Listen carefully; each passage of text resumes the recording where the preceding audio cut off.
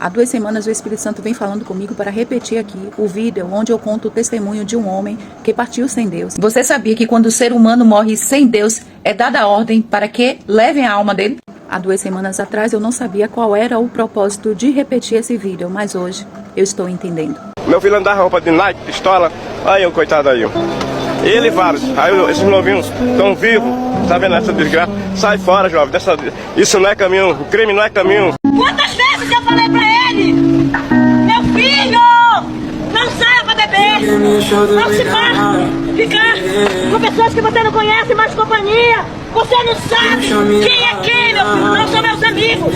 E eu não sei se você vai levar a sério o que eu estou falando aqui, mas a minha parte é obedecer, e quem tem ouvidos para ouvir, que ouça. Você sabia que quando o ser humano morre sem Deus, é dada a ordem para que levem a alma dele? Certa vez eu estava em minha casa com os meus filhos vendo televisão, quando de repente começou aquele barulho de tiroteio na rua. No mesmo momento eu abracei os meus filhos e fui para o chão. Fiquei ali com eles abraçada por um longo tempo, esperando que aquele tiroteio passasse. E então houve uma calmaria. E de repente eu ouvi um grito de socorro. Uma mulher gritava bem alto: "Me socorre! Pelo amor de Deus, me socorre!" Isso aconteceu bem em frente à minha casa. E então, como eu morava perto da minha mãe, eu desci, cheguei para ela e disse assim: "Mãe, olha os meninos porque eu vou ver o que está acontecendo." E quando eu olhei da janela, era o vizinho da casa ao lado. E a sua esposa estava debruçada sobre o seu marido, pedindo ajuda a toda a vizinhança. Então eu disse à minha mãe: "Mãinha, cuida dos meus filhos porque eu vou verificar o que é que está acontecendo." Isso porque eu sou da área da saúde e eu não poderia ficar ali de braços cruzados.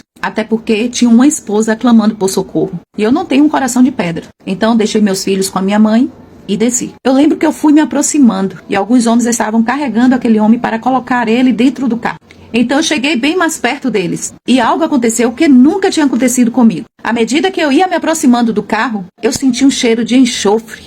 Gente, isso só aconteceu na minha vida 3 vezes. Eu lembro que uma vez foi em sonho. Eu tive um sonho muito forte e acordei com um cheiro de enxofre. Mas nesse dia o cheiro foi muito forte. Então eu cheguei perto, verifiquei os sinais vitais e verifiquei que ainda havia ali o sopro de vida. Então me virei e disse à sua esposa: "Fica tranquila que ele está com vida. Levem ele para a emergência e Deus está no controle de tudo." Então seguiram o carro com ele para dar socorro. E então eu fui para minha casa. Abri a porta do meu quarto e fui interceder pela vida do meu vizinho. Quando em minha oração o Espírito Santo me revelou. E enquanto eu orava eu tive uma visão. Eu tive uma das piores visões. Eu via espíritos malignos segurando o braço desse homem. Cada um estava posicionado de um lado dele. Esses espíritos estavam rindo e levando aquele homem embora.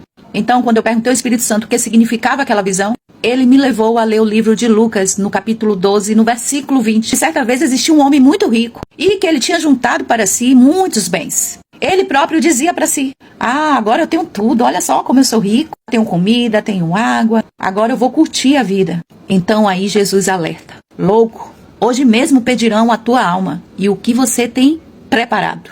Para quem será?" Então, meus irmãos, depois de meditar em Lucas no capítulo 12, eu entendi o seguinte: o inimigo das nossas almas, ele fica pedindo a Deus que dê autorização para que leve a alma. Vocês observaram o que o texto diz? "Louco, hoje mesmo pedirão a tua alma." E foi justamente isso que aconteceu naquele dia com o meu vizinho. A Bíblia declara que o inimigo, nosso adversário, ele anda bramando como um leão, procurando a quem possa tragar.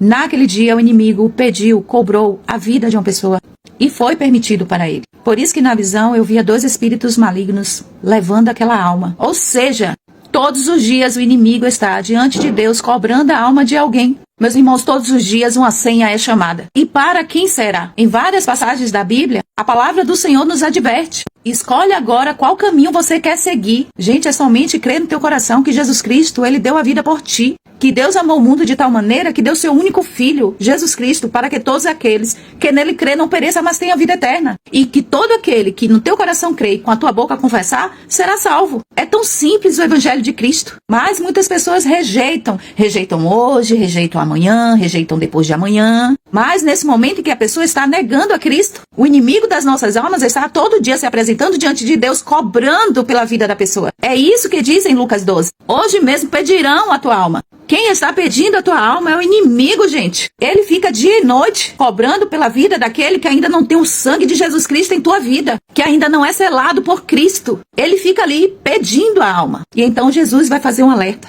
olha, hoje mesmo pedirão a tua alma. E para quem será? Este é mais um testemunho vivo retirado da gaveta. É um testemunho forte e eu não estou trazendo aqui para causar pavor, mas como um alerta, porque eu estou obedecendo o que o Espírito Santo está pedindo para fazer. Essa é a realidade da vida. O mundo é espiritual, povo. Nós não podemos ver porque a carne não permite, mas o mundo é espiritual. Quem tem ouvidos para ouvir, que ouça. Eu encerro dizendo, Jesus te quer no reino que ele foi preparar. O céu é real e ele é logo ali. Deus abençoe.